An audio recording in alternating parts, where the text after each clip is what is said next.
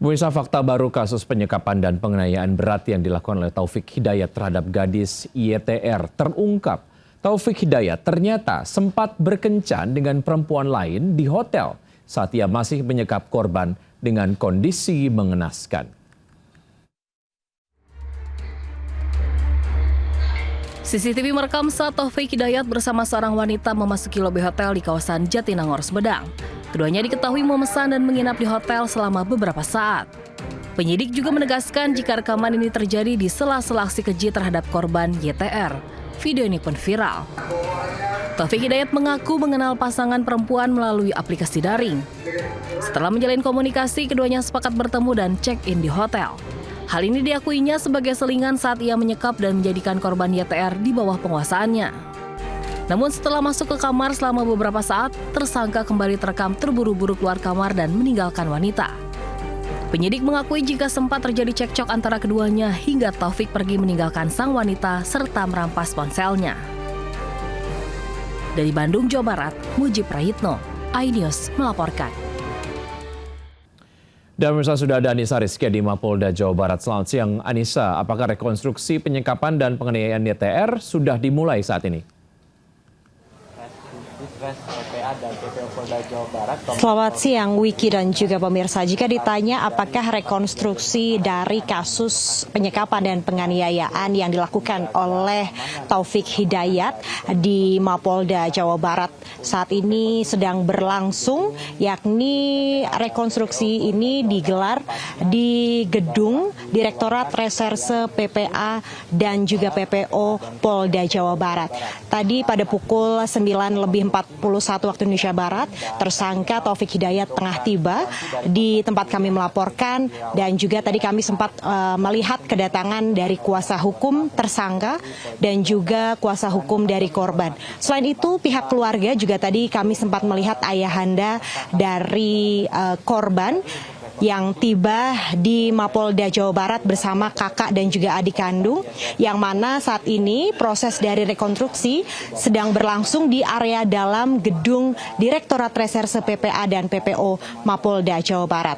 Kalau kita bisa gambarkan, saat ini memang proses dari rekonstruksi sedang dilakukan, di mana ada 6 TKP. Dari data yang diberikan oleh pihak Polda Jawa Barat, dari 6 TKP tersebut akan dilakukan reka adegan. Lokasinya berada di area dalam ruangan Direktorat Reserse PPA dan PPO. Dan hingga kini, Wiki dan juga pemirsa, kita akan nantikan jalannya rekonstruksi pada siang hari ini.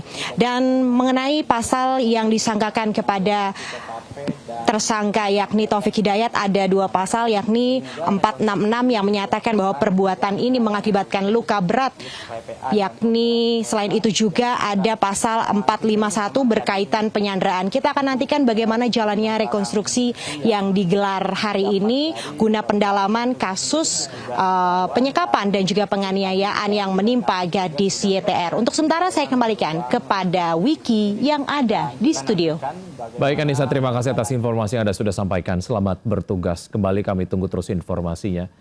Pemirsa, 3 anggota DPRD Timur Tengah Utara telah diperiksa polisi. Ketiganya diperiksa atas dugaan tindakan intimidasi terhadap Dr. Ica hingga korban depresi dan meninggal dunia. Ketiga anggota DPRD itu adalah Terensius Lazakar dari Partai Golkar, Norbertus Tubani dari PKB, dan Veronica Lake dari PDIP. Sementara itu Veronica Lake telah dinonaktifkan oleh DPC PDIP Timur Tengah Utara. Selain meminta keterangan, polisi juga telah mengamankan barang bukti dari Rumah Sakit Leona untuk proses hukum selanjutnya. Pemirsa, persediaan Pertalite dan solar menipis hingga memaksa warga Bangkalan beralih ke Pertamax yang harganya lebih tinggi. Kini warga dihadapkan dengan pilihan sulit karena harga Pertamax yang tak kunjung turun hingga kini.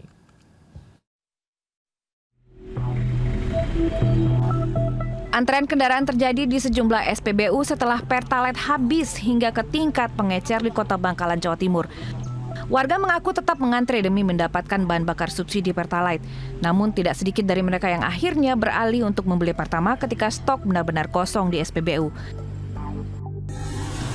Kondisi serupa juga terjadi di kota Sibolga, Sumatera Utara. Kendaraan didominasi truk dan angkutan barang mengantre hingga 3 km di sejumlah SPBU. Sopir mengaku sudah mengantre sejak pagi, bahkan harus menunggu hingga 5 jam akibat terbatasnya kuota solar bersubsidi. Di tengah keterbatasan pasokan BBM bersubsidi ini, harga Pertamax justru tak kunjung turun. Pertamina memang telah menurunkan harga beberapa jenis BBM non-subsidi pada 1 Juli kemarin. Namun harga Pertamax RON 92 yang banyak dikonsumsi masyarakat tak kunjung melandai. Menteri Energi dan Sumber Daya Mineral Bahlil Lahadalia menegaskan penurunan harga Pertamax ini harus dilihat secara adil. Teman-teman juga harus fair dong. Pada saat harga minyak lagi naik, 2 bulan lebih hampir 3 bulan kan nggak kita naikkan. Masa baru naik 2 minggu atau 3 minggu ya? Teman-teman sudah tanya itu, kenapa waktu kemarin kok tidak tanya, nggak diturunkan? Kementerian SDM dan Pertamina meminta agar masyarakat tetap tenang. Pemerintah memastikan harga BBM non-subsidi akan terus dievaluasi secara berkala mengikuti perkembangan harga minyak dunia.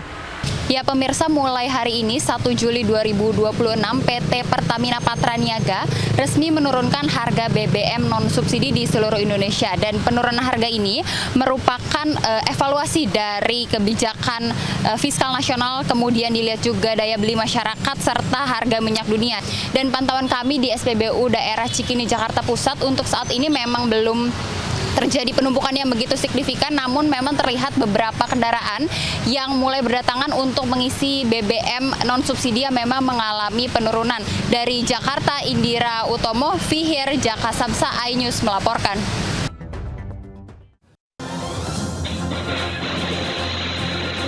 Kios ayam geprek hancur lebur ditabrak mobil penjual tersiram minyak goreng panas.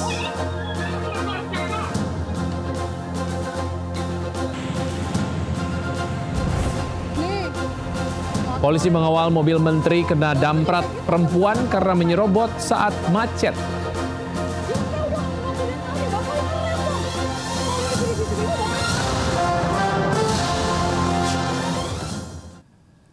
Halo pemirsa, selamat siang. Saya Wiki Adrian. Inilah seputar iNews Siang. Pemirsa, viral seorang wanita pengendara mobil menegur keras petugas patwal mobil menteri di pintu 1 Gelora Bung Karno, Jakarta. Pengendara kesal karena diserobot saat terjebak di tengah kemacetan.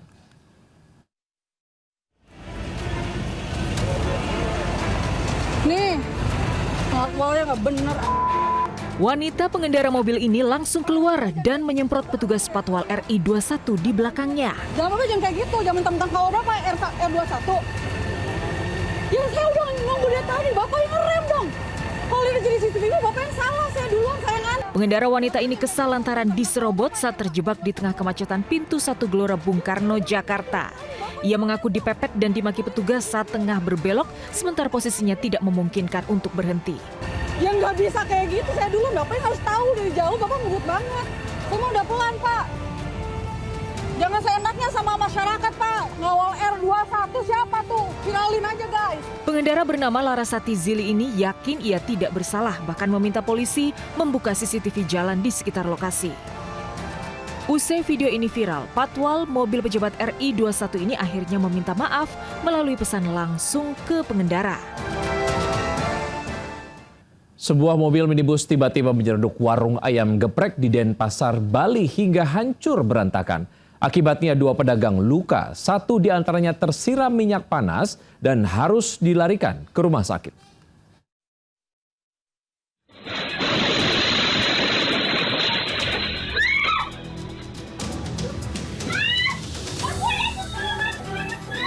Kamera pengawas merekam detik-detik mobil minibus menghantam warung ayam geprek yang sedang melayani pembeli. Pengemudi mobil diduga kehilangan kendali ketika ia membuka kaca jendela karena mencium bau tak sedap dari dalam kendaraannya. Akibat tabrakan yang keras, minyak panas di atas kompor tumpah dan mengenai salah seorang karyawan. Karyawan warung mengalami luka bakar dan harus menjalani perawatan di rumah sakit. Selain warung, 6 sepeda motor di lokasi kejadian juga ikut rusak tertabrak. Pemilik warung mengaku kerugian akibat kejadian ini ditaksir mencapai puluhan juta rupiah. Kasus mobil tabrak warung kini ditangani unit Laka Lantas Polresta Denpasar. Dari Denpasar, Bali, Indira Ari, iNews melaporkan. Terima kasih Anda masih bergabung sama kami, pemirsa. Ratusan warga sesak nafas akibat kebakaran TPA Jatiwaringin belum juga padam. Informasi ini sekaligus penutup perjumpaan kita pada siang hari ini. Saya Wiki Adel bersama tim yang bertugas undur diri.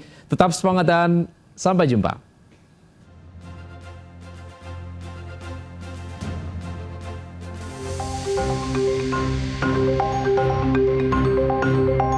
Kobaran api masih terlihat di TPA Jatiwaringin, Kecamatan Mauk, Tangerang, Banten yang terbakar 3 hari lalu.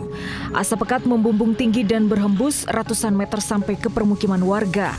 Ratusan warga mengungsi ke kantor desa Tanjakan Mekar dan sekitar 154 orang diantaranya terkena infeksi saluran pernafasan atas akibat menghirup asap kebakaran selama 2 hari terakhir. Petugas medis juga diterjunkan untuk memeriksa kesehatan warga terdampak. Kepala pusing, terus ini dada sesak juga, ini dahak di sini nih, kadang nih. Kalau sentuh mau tidur juga nggak bisa tidur, ngap. Mau saya nutupin aja pakai begini aja, saya ditutupin hidungnya, nggak bisa tidur sih kalau itu. Hingga pagi ini, kebakaran TPA Jatiwaringin meluas hingga 15 hektar. Untuk mempercepat pemadaman, 2 helikopter waterbombing dari BNPB diterjunkan ke TPA Jatiwaringin. Dari Tangerang, Banten, Aimarani iNews melaporkan.